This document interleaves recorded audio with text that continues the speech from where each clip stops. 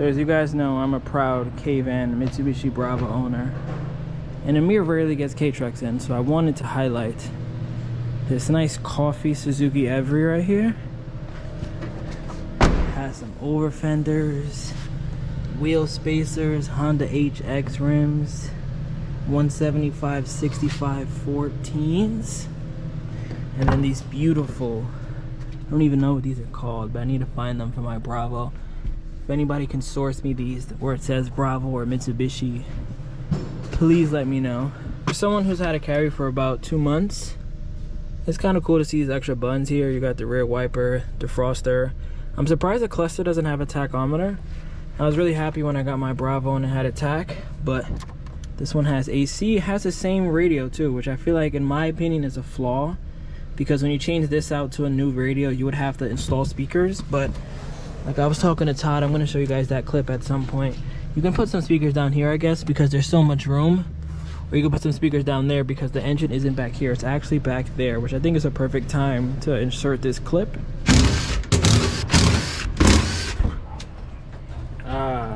Dirty. But yeah, you can see how the engine's, you know, the spark plugs are this way and the transmission's there and the air cleaner's different and all that crap. On the other carry, it was in, yeah, you know, it was the other way. On my carry, my spark plugs are facing this way. Right, because it's the same motor, it's just a... Still four-wheel drive, same. Rear axles are different? It uses a transaxle instead of it using a transmission with a transfer case. It uses a transaxle with a transfer case. Or it's just a four-wheel drive transaxle. It's only got the push button 4x4. It doesn't have the lever. I was wondering that. That's why?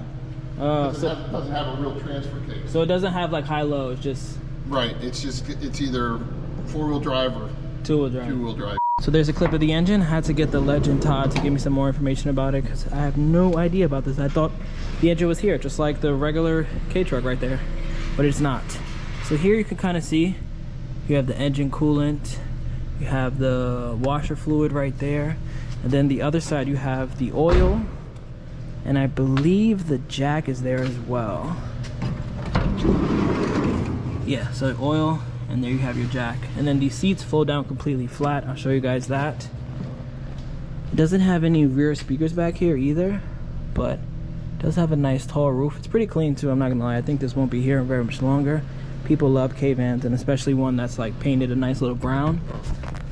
So for the seats to go down, you just gotta pull this.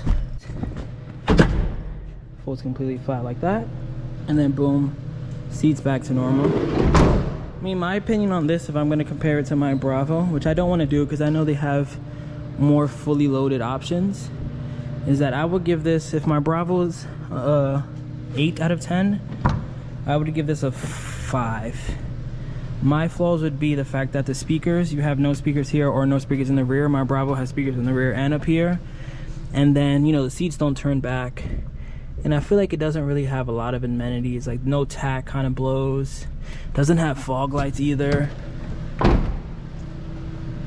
it is a pretty clean truck. Super cool color too, very rare color. You're probably never gonna see another one this color because it was clearly painted in Japan. And the over fenders give it a nice touch. Spacers, nice wheels. I think it's a nice truck.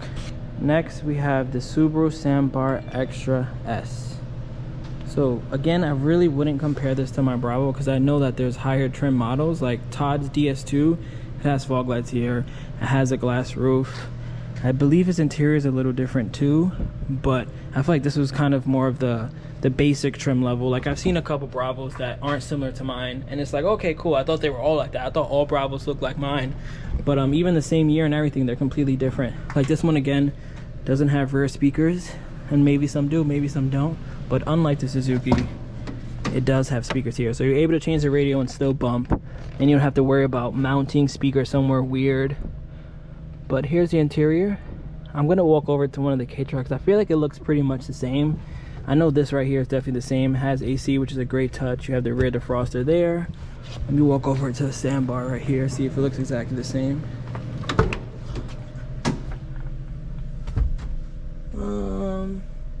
Yeah, I'd say pretty much the same thing. Definitely some extra legroom. The cluster's the same too. That one doesn't have a tach. I'm not sure if Todd's does, but you can see it right here. Door card is pretty much the same. You definitely have extra room right here though. open this back door. Got your cup holders, which I believe is an amazing touch. Got your rear heater right there. This one doesn't have the glass roof, but it does have a pretty clean headliner. And then these seats rotate, I believe. Do these seats rotate, Todd, or no? I see the little arrow here, but I don't see the... Yeah, they put the arrow on just that trim. Oh, okay. So that way if the seat, if it came with rotating seats, you know, you had to line it up instead of making two different pieces of, you know. Oh, so molds. Even though it has an arrow, it doesn't. Right, because they just use this piece of plastic. Oh, in okay, all of yeah, them. to save money. Yeah, okay. Yeah. But is yours the same? Do you have a tack on yours? Mine has a tack. Yep. Okay, I was wondering. I know there's definitely differences because I've seen other Bravos. Like mine has a tack, but I've seen another one that doesn't have a tack. Yeah, it depends on the trim. Like, trims. Yeah, the So trim. this is an extra S. Yeah, this is like an extra S. And DS2 is a DS2, and there's a DS. So there's a regular DS and DS2. Yeah, like my because this may even be a DS. Yeah, this is just a regular. Oh, it's just a DS. So it's a DS extra S. Yeah. Oh, okay, cool. You know, and then they had even plainer models. Than where this? It was just, which was just a bench seat. Oh yeah, I've seen the Suzuki Carry has that. I see a van like that. Yeah, but and they also had like I'm not sure. Some of them didn't come with like this one. You can roll the window the rest of the way down. Like you can. It stops here so that your little bastard doesn't fall out. Yeah. But this one goes down now? If you turn this little knob here. Oh, so it does has the same thing like mine. Oh, the little safety lock. Yeah, right here. Yeah, you turn that. But some of the real like plain Basic Jane ones, they don't have that. Plus they have vinyl. Like the mats are all vinyl. Oh wow! Actually, I think I saw somebody at a car meet. His didn't go down, and I was like, "There's no way it doesn't go down." Yeah. I guess he had the plain one. Yeah, it probably had a bench seat too. Yeah, and the same engine and everything as the trucks, though, right? Yep, same engine. Yep. So like everything drivetrain wise. Yeah. For the Suzuki or for the Subarus. The Subarus are all exactly the same. It's interchangeable. You know, it just comes down to what's 105 speed. Like, you know, you could get like this one's a push button 5-speed. They had an all-wheel drive 5-speed. Oh, like full time. Yeah, like mine is. Yeah. But mine's an automatic. But they also had a 5-speed one that was like. Yours is CVT though, which is nice. Yeah, it's all right. A lot of people don't like them because, like I said, they're like. But people don't like automatic. Period. Well, that and they're also they weren't known to be as reliable, especially at the time. But what it is a lot of they have some wear items that you have to change. Yeah. And people don't change them, and then they complain that they're shit. Yeah. Like a guy on one of the lists on the Sambar list, he said my truck was running, it was moving yesterday, now it won't move. He changed the brushes, away he goes again. You know, it was. Yeah. So it comes down to you know, different. You know, like this has metal here. Mine's is all covered with plastic. Yeah, I knew there was this. That's what I'm saying. Like, I think my truck, my van and your van is a good comparison. Yeah. Because they're pretty loaded. Like mine has power windows in the rear. Right. Yeah, I don't even have that. Yeah. They don't even. They didn't make it an option. You know, like mine has the central locking off the driver's door, but it don't work. Yeah, mine has central locking on the door too. Yeah, I didn't even think about little things like that. So it all came down to what options they got. They really got like crazy with the options. Like there was all kinds of wild shit you could get with them. You know, it was just, you know, some came with air conditioning. I think all the vans, I think all the DS's and higher they all came with factory air. The plain Super Jane ones, I think you had to. It was like a dealer installed option.